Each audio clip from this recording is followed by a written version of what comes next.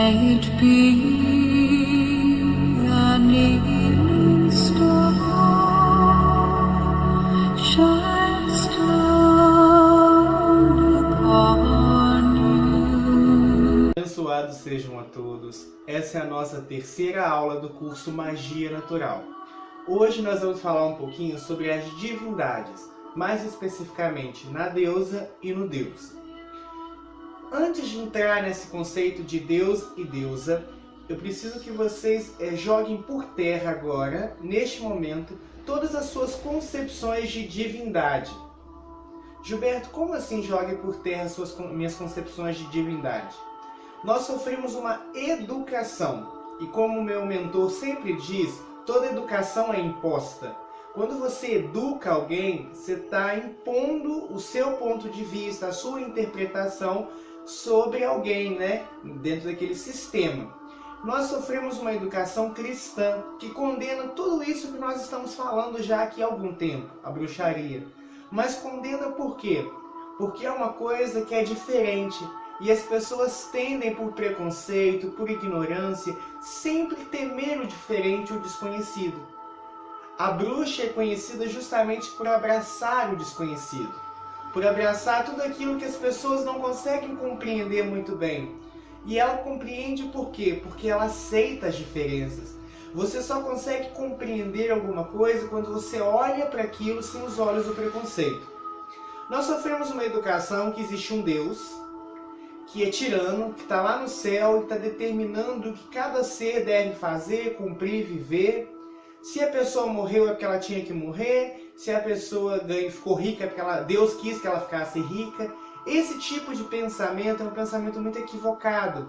Por quê? Porque ele tira das nossas mãos a capacidade de escolher. Quando, na verdade, a vida é uma construção pessoal de cada um.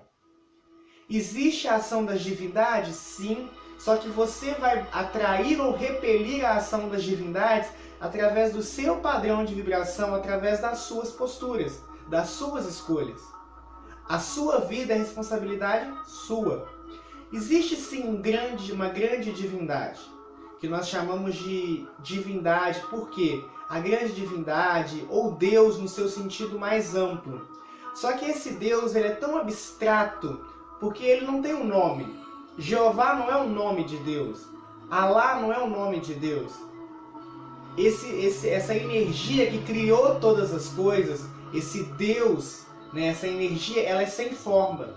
E ela atua no mundo entre duas polaridades. Por quê? Ela criou tudo, ele é o imanifestado. Ele não tem forma, ele não tem nome, ele não tem uma aparência. Ele é o todo. Todas as coisas juntas formam esse Deus, essa energia. Então entendam que Deus está em todas as coisas. E que quando você fala de Deus, esse Deus maior, ele é a somática de toda a criação. E tudo aquilo que não foi criado, isso é Deus. E ele age no mundo entre duas polaridades. Gilberto, quais são essas polaridades? O Yin e Yang dentro do taoísmo, a luz e as trevas, o positivo e o negativo, o mais e o menos, o dia e a noite. Percebam que tudo no nosso sistema é binário, que tudo tem uma contraparte. Se tudo tem uma contraparte, quer dizer que as coisas se manifestam de modo dual nesse plano. Vocês estão conseguindo compreender? Para cada coisa não existe um oposto, um antônimo. Se existe um antônimo e só é somente um antônimo, é sinal que no universo a energia divina se manifesta de dupla maneira. E essa dupla maneira é o positivo e o negativo, a luz e as trevas, o dia e a noite, o yin e o yang. A somática desses dois elementos formam todas as coisas que formam a Deus. Nós damos atributos, como existem dois gêneros, o feminino e o masculino, nós associamos essas duas manifestações. O feminino nós chamamos de deusa e o masculino nós chamamos de Deus. Estão conseguindo compreender comigo o que é a deusa e o que é o Deus? A deusa e o Deus são manifestações aqui no nosso plano. Gilberto, então quem que é a deusa? A deusa é a mãe. A deusa é aquela que nutre os seus filhos. A deusa é a primeira. Gilberto, mas como assim a primeira? A deusa está representada no yin, no escuro, na noite, na lua, na maternidade, na magia. E o Deus? O Deus está representado no dia, no sol, na ação, no movimento, na construção, na destruição, na vida. Entendem? São aspectos do Deus e da deusa. É muito importante que vocês compreendam que a deusa e o Deus estão em todas as coisas. Então, o dia e a noite é um exemplo claro disso. A deusa atua no dia, como Deus também atua na noite. Mas, predominantemente, o dia carrega a energia masculina. Não é ao longo do dia que nós trabalhamos, não é ao longo do dia que nós estamos aí nos movimentando, caçando, colhendo. E a noite não é um momento de descanso, não é um momento de interiorização, não é o momento do romance, né, na maioria das vezes. Aspectos da deusa, aspectos do Deus. Então eu quero que vocês entendam bem isso. Todos os deuses da história, eles caem num desses arquétipos. Gilberto, como assim todos os deuses da história? Porque o que são deuses de modo geral? Deuses são representações, são pedaços dessa divindade maior que eu falei com você. Então, por exemplo, existe um deus chamado Marte, que é o deus da guerra entre os romanos. O que é Marte? Marte é o pedaço divino que é associado com a guerra, com o movimento, com o atrito. Existe um deus africano chamado Omolu, que é o quê? Quem é Omolu? Omolu é a morte, Omolu é a transformação. Então, Omolu é um pedaço divino associado à morte, à transformação. É como se eu fosse lá nessa divindade maior e pegasse um pedacinho dela. Esses pedaços da divindade formam os deuses. Tá bom? É por isso que a gente tem que eleger um panteão, cultuamos algumas entidades, algumas divindades, de acordo com aquilo que nós necessitamos. Por exemplo, Deus é todas as coisas, absolutamente tudo. Mas suponhamos que você precisa fazer um ritual de harmonização do seu lar. Você não quer toda a manifestação da criação. Você quer um pedaço dela, que é a pacificação. Então você vai lá e faz um ritual para Réstia, que é a deusa romana do lar. Compreendeu como é que funciona esse sistema? Então os deuses são essas manifestações da divindade no mundo. É como se eu passasse a energia divina por um prisma e ele se desmembrasse em 7 cores, que são totalmente diferentes. O vermelho é totalmente diferente do violeta. Porém, quando eu junto todas essas cores, por mais diversas que sejam, elas formam o branco. Assim também é a divindade, ela é a somática de todas as demais. A gente tem 3 arquétipos principais associados à grande deusa. A deusa, como está aqui representado no meu altar, ele fica sempre no lado esquerdo, à sua frente o lado esquerdo, direito do altar. Porque quando eu estou de frente para o altar, eu sou como um espelho, né? Então sempre a minha esquerda e a direita do altar. Fica representado a deusa. É onde vocês vão colocar no altar de vocês elementos associados à deusa. A deusa ela é manifestada de 3 formas: a virgem, a mãe e a anciã. Gilberto, o que seriam essas 3 manifestações da deusa? É uma coisa só, é a grande deusa, mas são manifestações diferentes dela. São como fases da vida, etapas, ciclos. A virgem é associada aos começos, é associada à lua crescente, à lua nova. Ela é representada como aquela que traz o início, né? É associada à mulher nos seus primeiros anos de vida, à juventude. É associada, sobretudo, à ideia, ao avanço. Todas as divindades jovens, né, são assim, como Diana, como Core, que é a deusa Perséfone antes do casamento com Hades. Divindades joviais são assim. Sempre trabalhamos com a face da Virgem em rituais como Ostara, que é o ritual de primavera, em rituais como de lua crescente. Isso é a Virgem. A Virgem é muito boa para se trabalhar os começos da nossa vida. Por exemplo, você vai abrir um negócio, você pode trabalhar com essa face da deusa. Você vai criar um novo projeto, você pode trabalhar com essa face da deusa.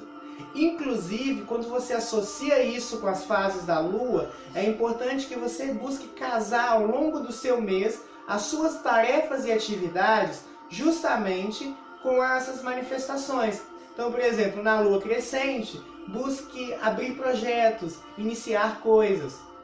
A probabilidade daquilo continuar, de ter um sucesso, um progresso é bem maior do que, por exemplo, se feito na lua minguante, que representa a deusa anciã. O que é a deusa anciã? Ela é representada pela lua minguante, é a deusa velha, é a deusa sábia. É representada entre as deusas negras e as deusas anciãs. Por exemplo, Hécate, Perséfone, divindades mais velhas, que já viveram todo um ciclo. As divindades anciãs, elas são muito adequadas para se trabalhar términos, fins, mudanças, crescimento. Então, por exemplo, você está vivendo um relacionamento que já não funciona mais, que já não serve. Uma divindade anciã poderia te ajudar a romper com esse padrão. Muitas vezes também a gente perde um ente querido, isso nos abala muito. A divindade pode consertar esse problema. A divindade anciã também, ela pode livrar de obsessões.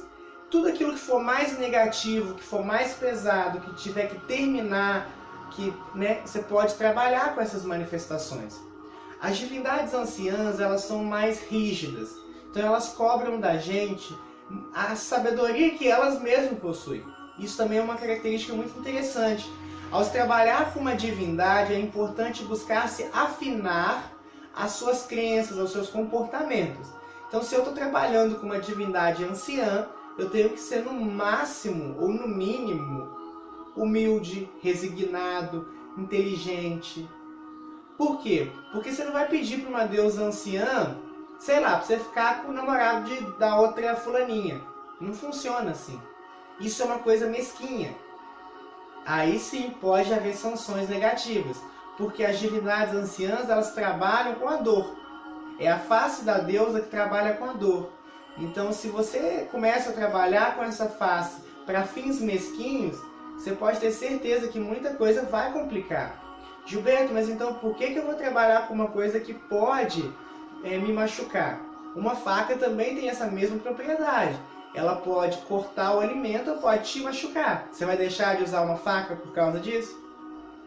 É saber manejar bem. Magia e cozinha, eu já falei com vocês, tem tudo a ver. E entre a Virgem e a Anciã, nós temos a Mãe. A Mãe, representada aqui nessa imagem maior, é a face que engloba todas as faces. É Gaia, é a grande Mãe Natureza, é o aspecto da divindade que nos nutre. É aquilo que ao longo de toda a nossa encarnação, desde que nós somos crianças até o plano espiritual, nos auxilia, nos favorecendo, nos dando o que nós necessitamos, nos auxiliando, sempre nos confortando, colocando pessoas no nosso caminho, nos alimentando, nos guiando. A grande Mãe Gaia é a grande manifestação da grande Mãe no mundo. A grande Mãe Selena, que é a lua, é a manifestação da Mãe no mundo. É representada pela lua cheia, a lua plena. Com a grande Mãe se trabalha com prosperidade, se trabalha com amor, com tudo, porque ela é tudo. Entendam, gente, que essas três manifestações da deusa são uma só. É como se você estivesse desmembrando para descobrir, mas que é uma coisa só. Então, quando você fala a grande deusa, você já está se referindo a essas três manifestações. Mas na prática, nos rituais, você acaba selecionando uma ou outra face de acordo com a necessidade. E ao longo dos sabás que nós vamos comemorar aqui, vocês vão perceber que nós trabalhamos com faces diferentes da grande Mãe. Isso é muito legal. Em contrapartida, nós também temos o Deus, porque na magia tudo é equilibrado. O homem e a mulher têm o mesmo valor. O Deus, ele é a contraparte da deusa. A deusa cria, o Deus traz movimento. A deusa sustenta, o Deus protege. A deusa cuida, o Deus leva. Então, essa a manifestação representada sobretudo pelo Sol. O Sol é um grande representante do Deus. É o impulso, é o masculino. É aquele que nos protege, é aquele que nos dá ânimo, é aquele que nos dá força e vigor. Todas as divindades masculinas, Apolo, Exu, Thor, Odin, Loki, Coyote, Lug, Belenus, Ra, Atom, todas as divindades, Ganesha, são arquétipos, manifestações do Deus. O Deus também tem essa manifestação de jovem, pai e ancião. Não é tão comum, mas também tem. Você tem divindades que são joviais, como Apolo, como o menino Luz do Yule. Você tem divindades que são mais velhos, como Cernunnos, como Pan, que é o deus chifrudo, né, que a gente vai trabalhar bastante. E você tem divindades anciãs, como Hades, como Odin, como Atom, que são manifestações do velho. Mas não é tão comum. Normalmente vocês vão ver mais essa coisa de jovem, pai, e jovem, mãe e anciã, através da deusa. Mas o Deus também vale essas mesmas coisas. Então, gente, o que vocês precisam compreender da aula de hoje? Todos os deuses devem ser respeitados. Então, por exemplo, eu sou bruxo, eu vou lá na igreja e vou quebrar os altares cristãos. Não. Toda fé deve ser respeitada. Nós, bruxos, temos que fazer a diferença. Por quê? Porque nós enxergamos o sagrado em tudo. Percebam que ao longo dessa aula eu falei de diversas divindades, de diversos panteões diferentes. Todos eles podem ser trabalhados por vocês. Vocês podem trabalhar com Buda, vocês podem trabalhar com Ganesha, vocês podem trabalhar com Odin, vocês podem trabalhar com Ra, vocês podem trabalhar com Hecate, vocês podem trabalhar com Shiva, vocês podem trabalhar com todos os deuses. Vocês só precisam conhecê-los antes de trabalhar, obviamente, e praticarem. Não tem segredo. Inclusive, anotam aí que esse é o nosso segundo exercício. Lá na primeira aula, eu falei para vocês comprarem um caderno, né, que vai ser o Grimório de vocês. Hoje vocês vão estudar um panteão. Gilberto, o que é panteão? A palavra panteão vem de duas palavras gregas. Pan, que é um deus, que significa tudo, e Tel, Pan, que é um deus que significa tudo, e Tel, que é Deus. Então, o panteão é um conjunto de deuses. Existem diversos panteões. Existe o panteão Iorubá, que são os orixás. Existem os panteões greco-romanos, que são os deuses gregos e romanos. Existe o panteão egípcio. Existe o panteão celta, nórdico. Existe o panteão sul-africano. Existe o panteão amerídio, né, que são os deuses aqui do povo nativo da América. Não tem regra, vocês vão escolher um panteão e vão estudar esse panteão. Vão anotar aqui as principais divindades do panteão no seu caderno. Gilberto, para que esse exercício? Para que vocês comecem a se afinizar com o panteão, que vai ser com ele que vocês vão trabalhar a magia de vocês. Podem trabalhar com mais de um panteão? Pode. Mas é interessante que no início do nosso desenvolvimento que nós escolhamos um. Gilberto, você tem alguma dica? Olha, eu sempre digo que a gente tem que seguir a nossa intuição. Você gosta mais do Egito, da Grécia, da América, dos orixás? O que você gosta mais? Talvez esse ponto de partida seja o mais interessante. Um exemplo, eu trabalho muito com as divindades greco-romanas. Desde criança eu sempre gostei muito das lendas romanas, das lendas gregas. Então o meu panteão magístico é quase todo centrado nessas divindades. Ao mesmo tempo que o Marcelo, que é meu companheiro, trabalha mais com o panteão celta.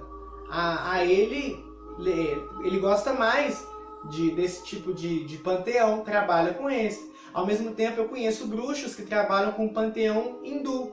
Então fica a critério de cada um. Gilberto, de onde que vem esse gosto? Esse gosto vem normalmente de vidas pretéritas. Eu tive uma vida na Grécia Antiga. Talvez algum de vocês tenha tido uma vida na Índia, ou uma vida entre os índios, ou uma vida no Egito. Então vocês podem, por afinidade, escolher um panteão. Então é muito importante nessa aula que vocês compreendam quem que é a grande divindade, que é o todo, que não tem um nome. Deus é um nome que nós demos a Ele, mas essa energia não tem nome e não tem forma. E que se manifesta no mundo de duas formas, o masculino e o feminino. Ou seja, a deusa e o Deus são os pilares, são a manifestação dessa divindade maior. E a deusa e o Deus tem mais uma série, uma miríade de outras divindades que são subsequências dessas divindades. E nós podemos trabalhar com qualquer uma dessas divindades, tá bom? De acordo com a nossa vontade e necessidade. O único requisito é conhecer. Então, se eu vou fazer um ritual para Apolo, é interessante que pelo menos eu conheça Apolo. Até mesmo para saber quais elementos utilizar no altar. Tá bom? Então, que a grande Deus abençoe os nossos estudos e até a próxima aula.